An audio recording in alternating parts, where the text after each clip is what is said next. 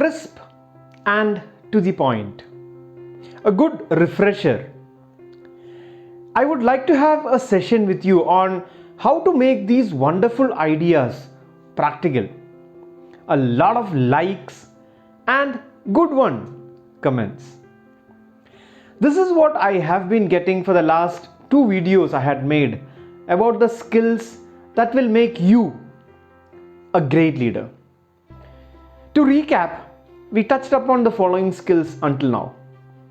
Have a common goal. You fail if the team fails. Make others a part of your decision process. No one is the same.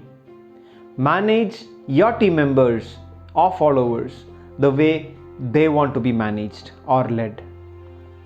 Learn the art of becoming invisible when the team succeeds. And build a sense of pride on the things you are doing together.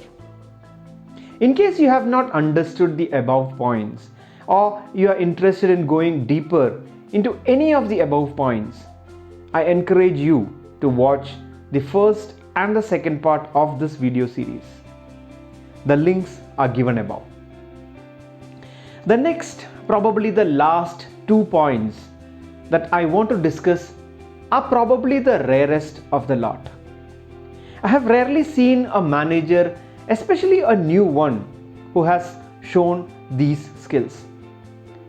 The first of it is maintain safe distance. Sounds like a label that's written behind a truck? Yeah, the concept is quite similar. As a manager or a leader, you need to keep a safe distance from your followers or fellow leaders. What it actually means is that you should not be too near or too far from the people you are leading. This is analogous to micromanagement and hands-off management. I was a pure technical guy making jokes about managers until I became a manager myself. During the first year of my management career, I used to help my team members finish their tasks. I would debug their code, I would write test scripts to automate testing. I would point the team members to the wrong line of code they had written. As a manager, I was supposed to help the team finish the tasks, right? Wrong. As a manager, my responsibility is to empower the team members.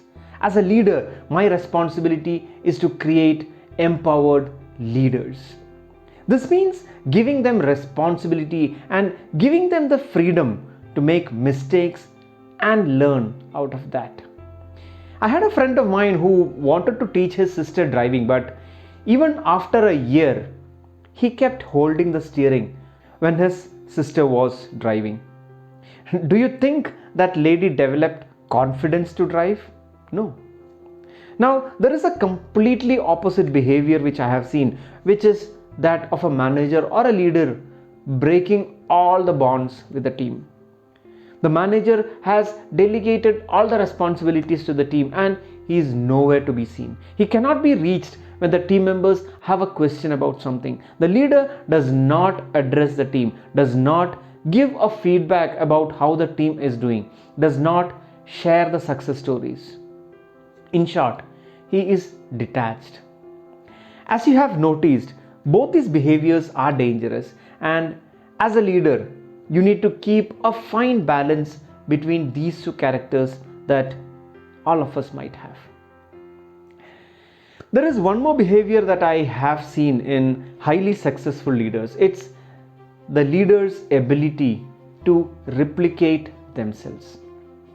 Instead of focusing on creating followers, great leaders create more leaders.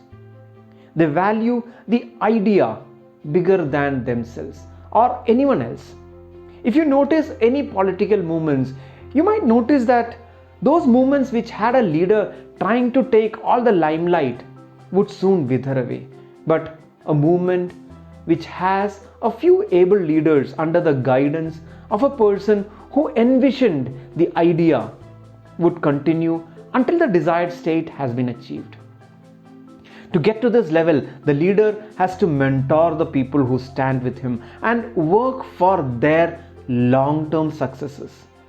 Instead of thinking how I can make this person do this work now, think how this person can take up the role that you are doing in a few months or years. Be interested in their long-term plans for their lives and provide them with opportunities with which they can achieve their life goals along with achieving the shared goals that you have with them. I have a client who's reaping huge benefits by implementing this single idea. He only adds people whose personal goals match the company goals. He does not encourage anyone to join his team otherwise. Thus, he has a team who sees his leadership as a means to achieve their own personal goals. My client does not have to throw parties or take them to an exotic location to keep them motivated. This brings us to the end of the list of skills that I have noted down in highly successful leaders. I know that most of the skills are easier said than done. You might not be able to incorporate many of the behaviors listed in these videos, and even if you do, you might not be able to evaluate how the changes are reflected. Are they productive or are they counterproductive? Are the team members accepting the changes or do they silently suffer and just show you a happy face? That is where you need a mirror, a coach. A professional coach is not someone who is going to bombard his wisdom on you. The coach will not make you take any action just because he thinks it is right. A real professional coach will first listen to your current situation, discuss with you the desired outcomes and the different paths to the desired state that you might have thought about. He would encourage you to evaluate the different options that you have already thought or might poke you to think about new ones. He will also give a very unbiased picture to you.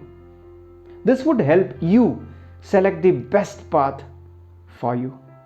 In case you are looking for someone who can listen to your passions, your dreams, the obstacles that you might be facing achieving them, and inspire you to explore the different paths, connect with me.